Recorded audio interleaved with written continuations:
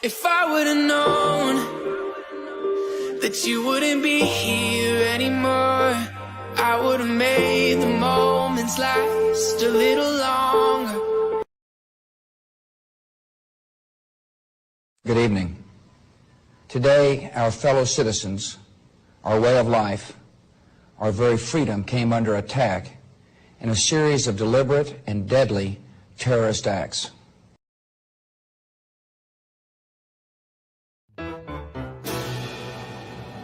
"8:45 a.m. American Airlines Flight Number 11 with 92 people on board crashed into the North Tower of the World Trade Center in New York City.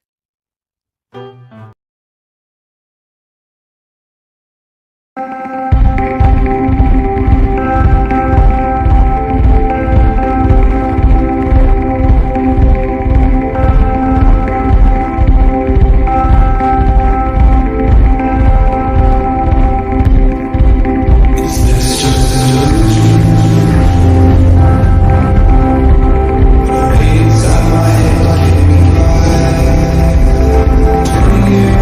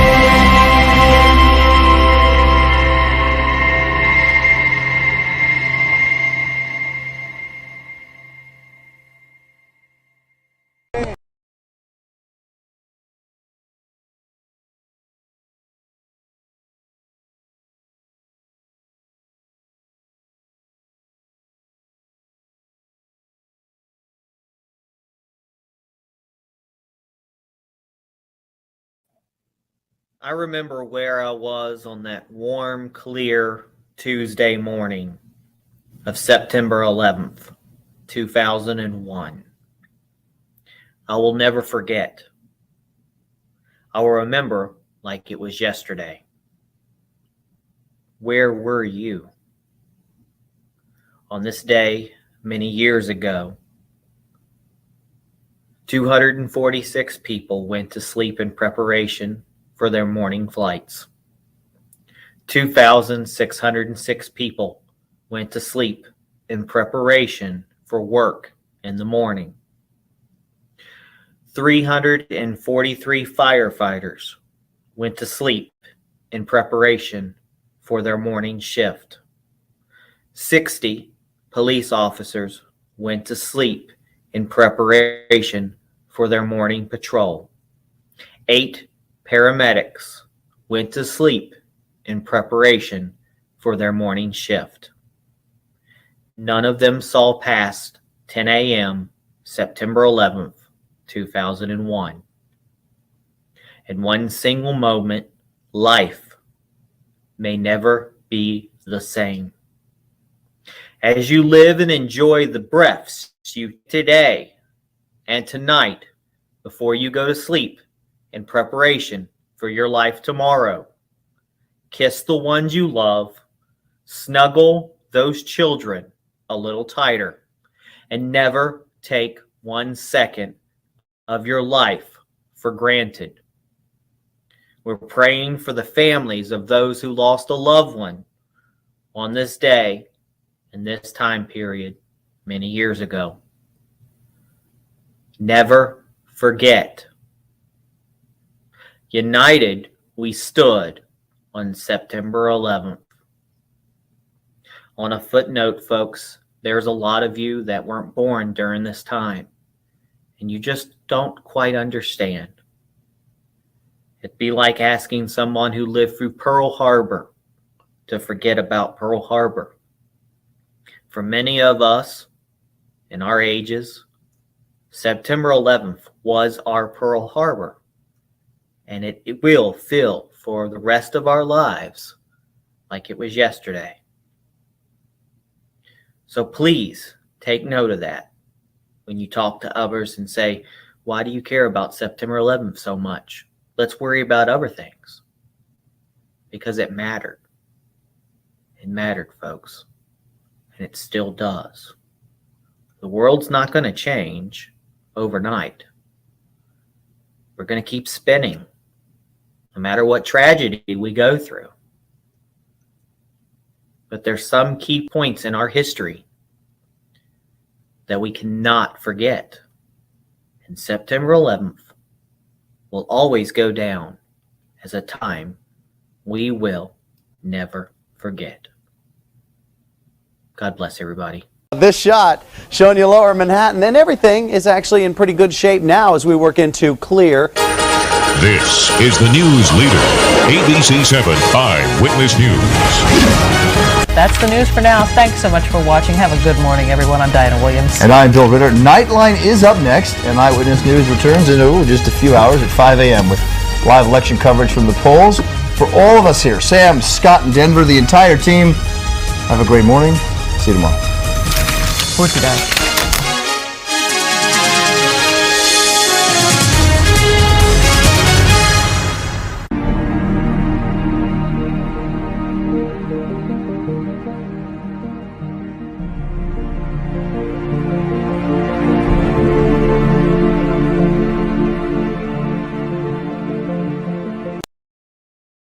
Приготовьтесь сюда и примерить сюда на бомбу.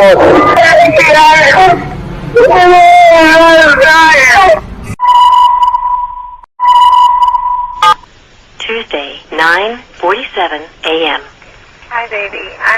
Baby, you have to listen to me carefully. I'm on a plane that's been hijacked. I'm on the plane. I'm calling from the plane. I want to tell you I love you. Please tell my children that I love them very much. And I'm so sorry, babe. I hope to be able to see your face again, baby. I love you. Bye. I love you. Bye.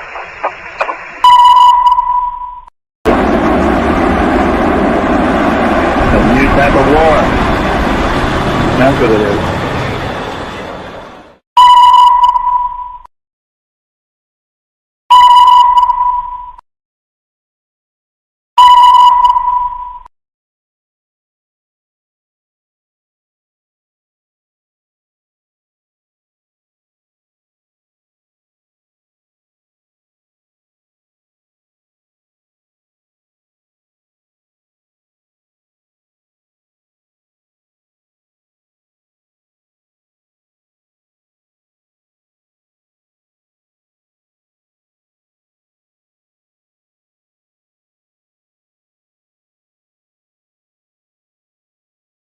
And to continue, here is something visually which we've been talking about in our coverage earlier today, which I must tell you we were really looking forward to. We saw a report earlier today that at Buckingham Palace in London, where Queen Elizabeth II lives when she is in London, the Coldstream Guards, who change the guard, not the Coldstream Guards, but they change the guard every day at Buckingham Palace, as we know, and we are told that at the request of the Queen, the Coldstream Guards band played the Star-Spangled Banner. Let's listen.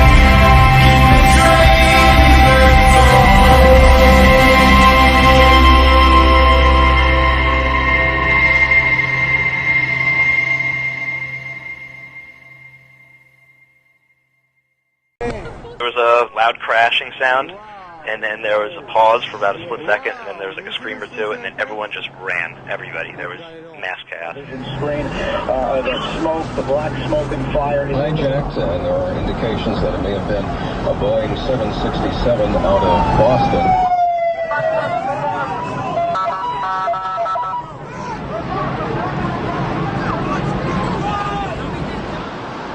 Like a train rumbling for maybe like 35 seconds, and then there was like this pause, and then boom, hit with all the dust, and it was black. I mean, pitch black. I don't know if anybody could have survived being on the street at that time.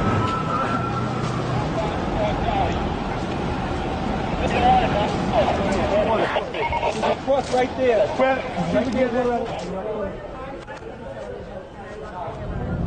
You can see the black smoke billowing out of the side of the Pentagon. It continues to billow out and cover much of the skyline here along the area, drifting along the Potomac River, casting a haze all over the Pentagon area. It didn't look like there was a plane at all. It was just obliterated when it hit the ground. He told me he was putting a plan together that he and others were going to take back the airplane. And he said, you know, Dina, I think we can do it. It's up to us. And we will strive now very hard to save as many people as possible and to send a message that the city of New York and the United States of America is much stronger than any group of barbaric terrorists. All of the suspects right now that I know that the U.S. is looking at are in the Middle East. And frankly, we have to put Osama bin Laden at the top of the list. We will make no distinction between the terrorists who committed these acts and those who harbored them. We've got to do something now and do it immediately. I mean, we're entitled to some semblance of security, some semblance of rationality, and I think that all died in New York. I've been in the city for years, and I've never heard it as silent and as sad as I've heard it tonight. This city is in shock, and unless you're here tonight, you don't quite comprehend it.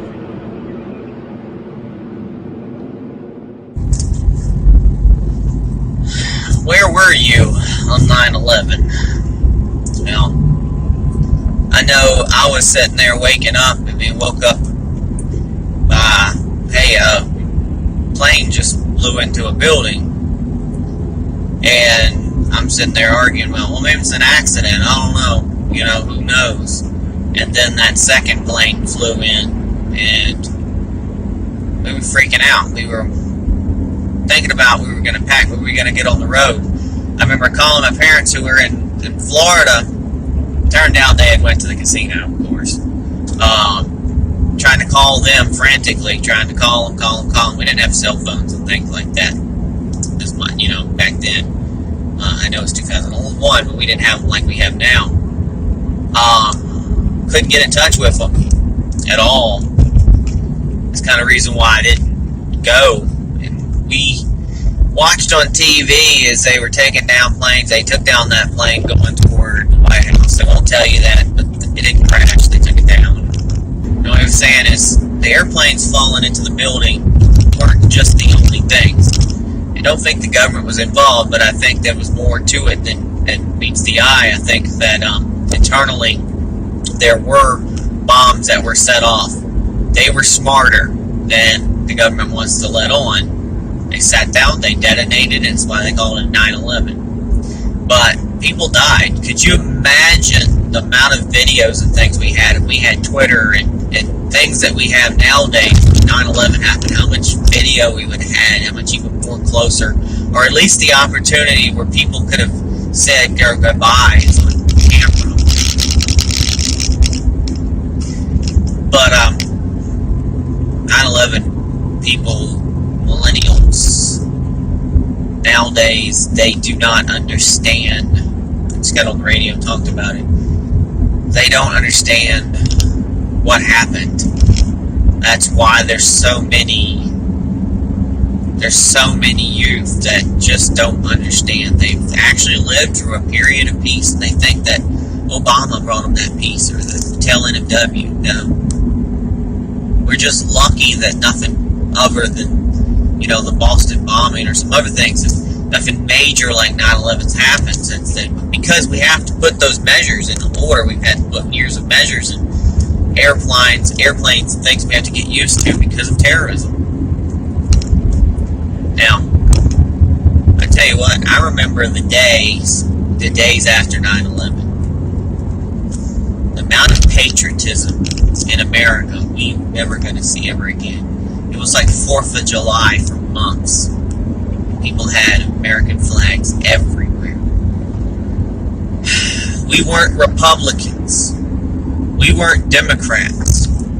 We were all Americans. We were all patriots. I miss those days.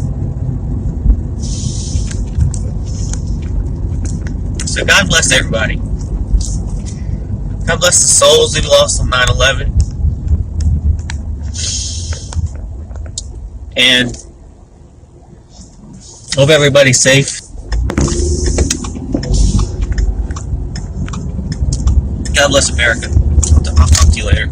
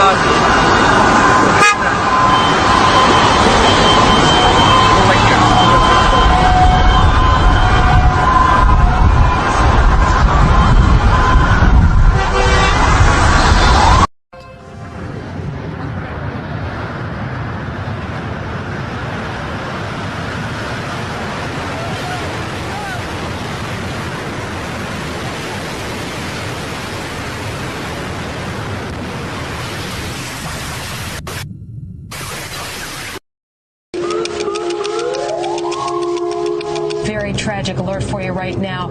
An incredible plane crash into the World Trade Center here at the lower tip of Manhattan.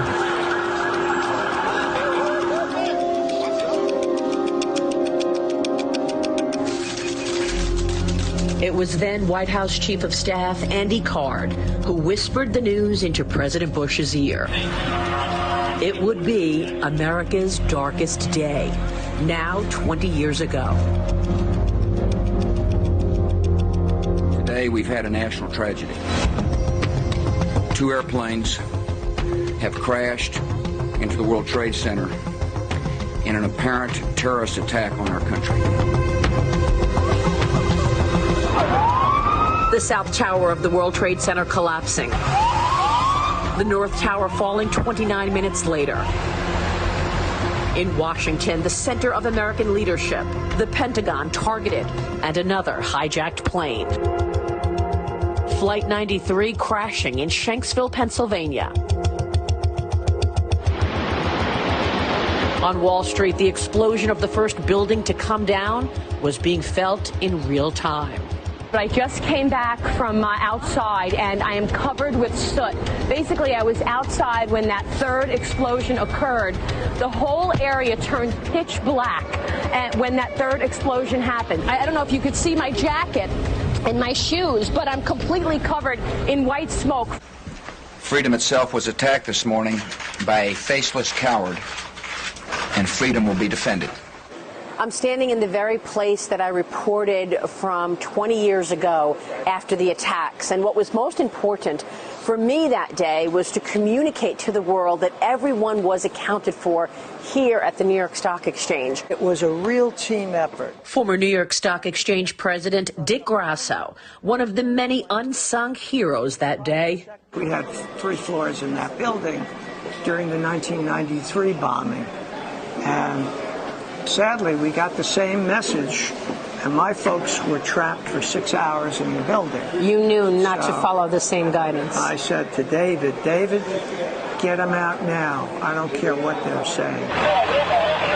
Outside, the debris was flying. There was papers and steel and just massive smoke in the air. The entire area was pitch black when the buildings came down. The first responders, America's heroes, the New York Police Department, the Fire Department of New York, and Port Authority Police rushing in as people rushed out, trying to escape the flames, black smoke, flying debris, and cement. We lost 2,977 friends, family, and first responders that day. President Bush, then just 9 months into his first term as commander-in-chief, swore those responsible would be held accountable.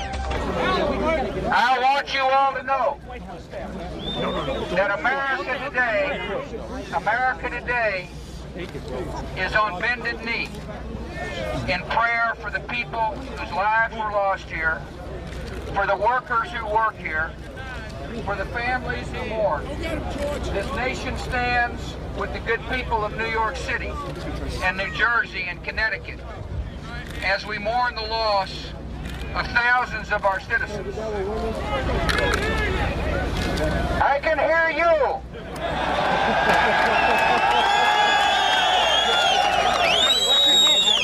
I can hear you. The rest of the world hears you. And the people who knock these buildings down will hear all of us soon.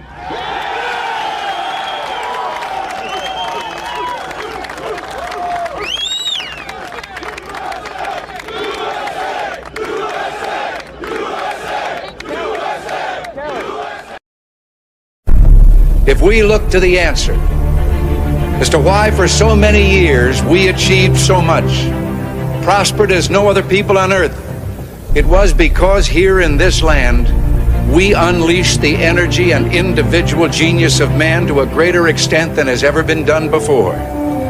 Freedom and the dignity of the individual have been more available and assured here than in any other place on earth.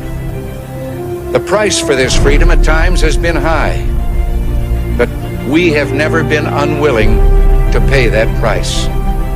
Those who say that we're in a time when there are no heroes, they just don't know where to look. The sloping hills of Arlington National Cemetery, with its row upon row of simple white markers bearing crosses or stars of David, they add up to only a tiny fraction of the price that has been paid for our freedom. Each one of those markers is a monument to the kind of hero I spoke of earlier. Their lives ended in places called Belleau Wood, the Argonne, Omaha Beach, Salerno, and halfway around the world on Guadalcanal, Tarawa, Pork Chop Hill, the Chosin Reservoir, and in 100 rice paddies and jungles of a place called Vietnam. Under one such marker lies a young man, Martin Treptow, who left his job in a small-town barber shop in 1917 to go to France with the famed Rainbow Division. There on the Western Front, He was killed trying to carry a message between battalions under heavy artillery fire. We're told that on his body was found a diary. On the flyleaf, under the heading, My Pledge, he had written these words: America must win this war. Therefore I will work, I will save, I will sacrifice, I will endure. I will fight cheerfully and do my utmost as if the issue of the whole struggle depended on me alone. We must realize that no arsenal or no weapon in the arsenals of the world is so formidable as the will and moral courage of free men and women. It is a weapon our adversaries in today's world do not have. It is a weapon that we as Americans do have. Let that be understood by those who practice terrorism and prey upon their neighbors. As for the enemies of freedom, those who are potential adversaries, they will be reminded that peace is the highest aspiration of the American people. We will negotiate for it, sacrifice for it. We will not surrender for it now or ever. We are Americans.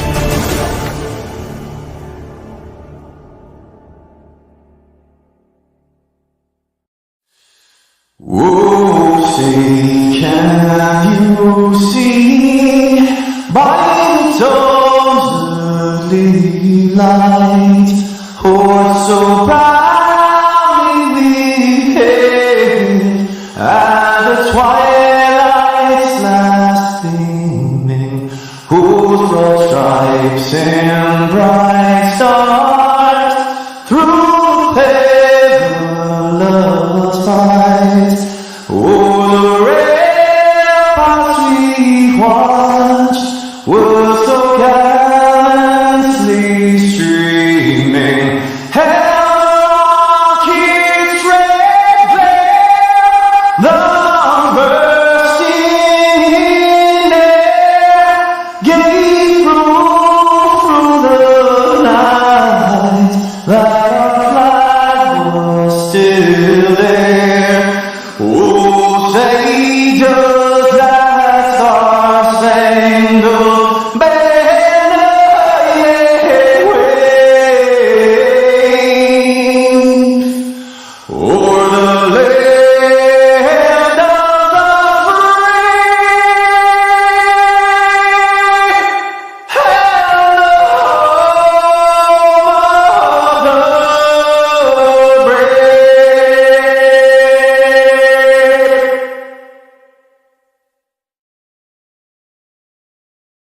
We grieve together for every mother and father, sister and brother, son and daughter who was stolen from us at the Twin Towers, the Pentagon, and here in this Pennsylvania field.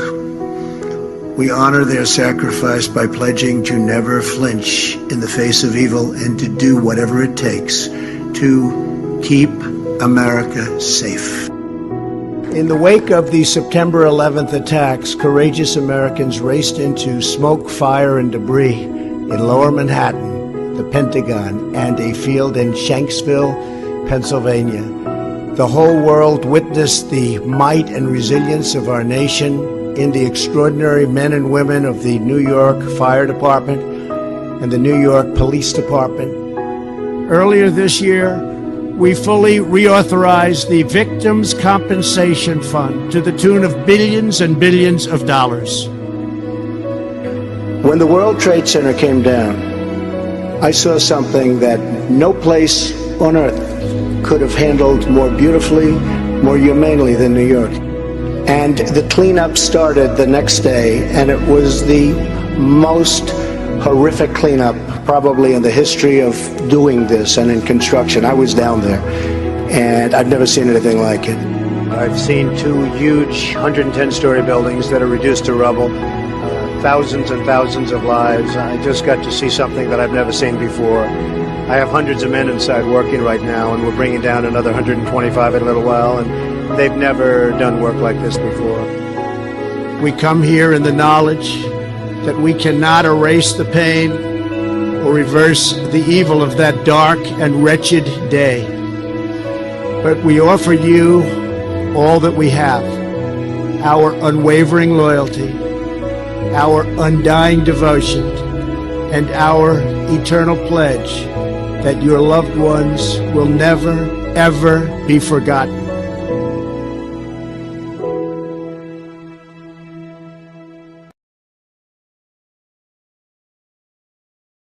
Large fire at the Pentagon. The Pentagon has been evacuated. And there's, you can see, perhaps the second tower, the front tower, the top portion of which is collapsing. Good Lord.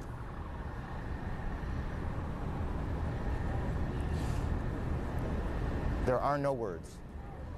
You can see large pieces of the building falling. You can see the smoke rising. You can see a portion of the side of the building now just being covered on the right side as I look at it, covered in smoke. This is just a horrific scene and a horrific moment. The president, who is in Florida today, is en route back to the White House. He took off a short time ago. The White House itself has been evacuated on the basis of what the Secret Service says was a credible threat on the mansion itself. We believe now that we can say that portions of both towers of the World Trade Center have collapsed. Whether there were second explosions, that is to say explosions other than the planes hitting them that caused this to happen, we cannot tell you. Rose Arce, one of our CNN producers, is on the phone. Rose, what do you got? I'm about a block away, and there were several people that were hanging out the windows right below where the plane crashed, when suddenly you saw the top of the building start to shake, and people began leaping from the windows in the north side of the building. You saw two people at first plummet, and then a third one, and then the entire top of the building just blew up, and splinters of debris are falling on the street. Where I'm right now, there's a thick plume of smoke, and you can see crowds of people, including emergency service workers and police officers, running from the scene, screaming, and there's a school nearby where there were kids in the schoolyard. That has been emptied out, and they're running up the street now, too. The whole, sort of the neighborhood, I'd say several blocks up, is covered by this almost powdery smoke, little tiny pieces of building you can see just floating in the wind around it. It's almost like a huge cloud had kind of enveloped that part of lower Manhattan. It is just one of those awful moments that you need to look at for a minute or two to absorb exactly what has happened.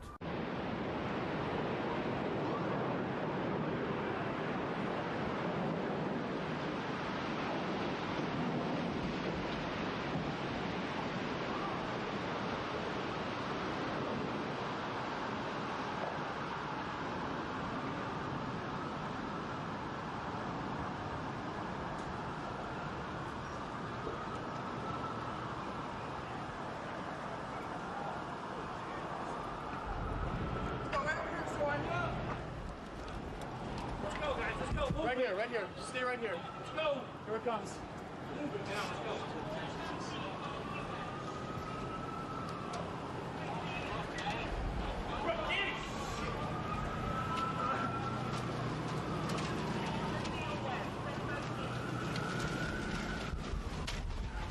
Better where?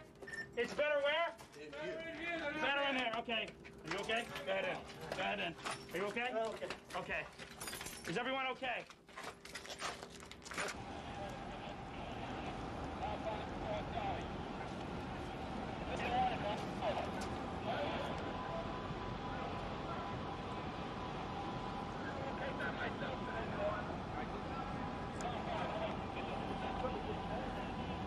Get some water. Well, I don't have any. I'll get some water. Go under the fire truck. Right there. The closest fire truck has water right there. You have no water? You got water? If you find any of those spots, I can get you water. There's a truck right there. You can get water out of it. They're staging a battery truck.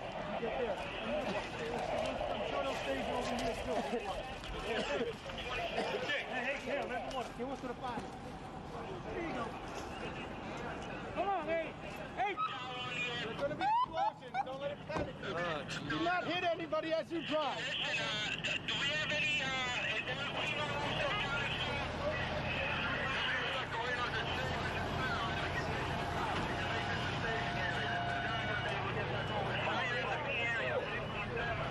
I thought we were done. I thought it was over.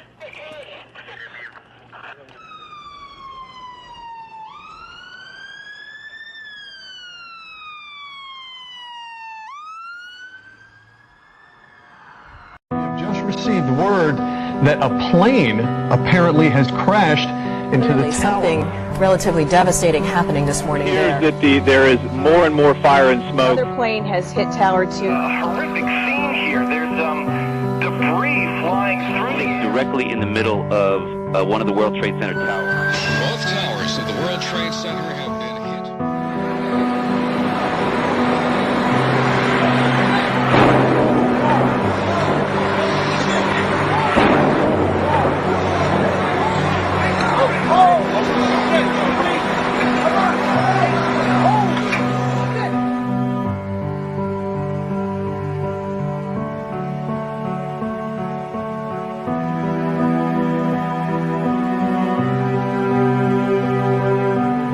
And there was a plane. Next thing you know, we heard boom. We ran up to the corner and hit right into the World Trade Center. Something that has happened here at the World Trade Center. We noticed flame and an awful lot of smoke from one of the towers of the World Trade Center.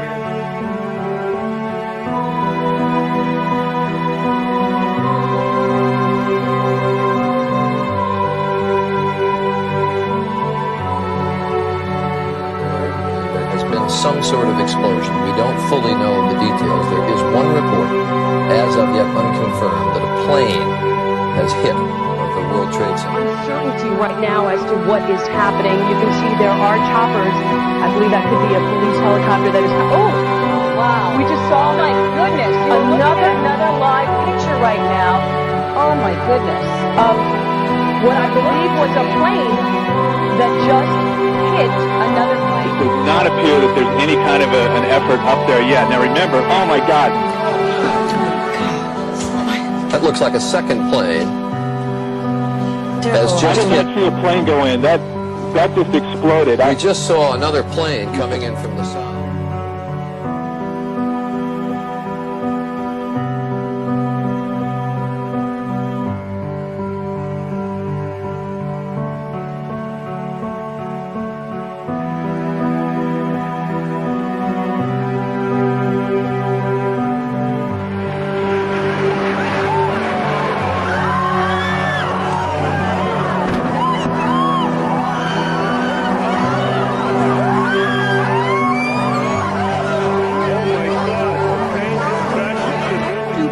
Crashed into the Twin Towers of the World Trade Center in New York this morning.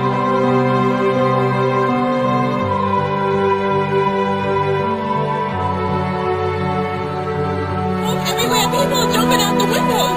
Over there, they're jumping out the windows. I guess because they're trying to see themselves. I don't know. Part of the Twin Tower obviously folding, coming crashing down. We're watching a live. It is right. We're watching a live.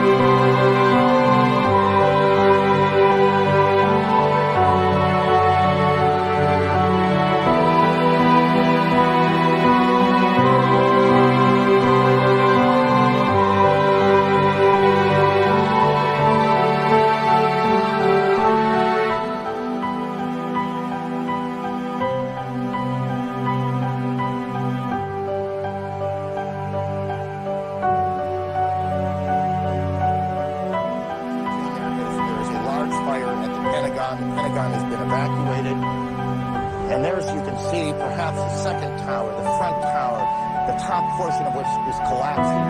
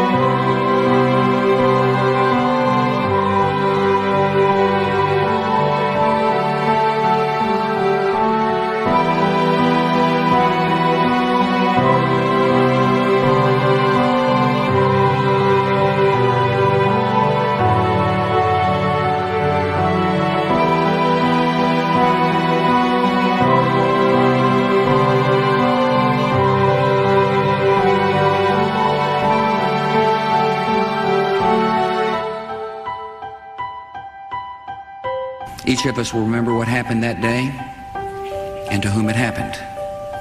We'll remember the moment the news came, where we were and what we were doing. Some will remember an image of a fire or a story of rescue. Some will carry memories of a face and a voice gone forever.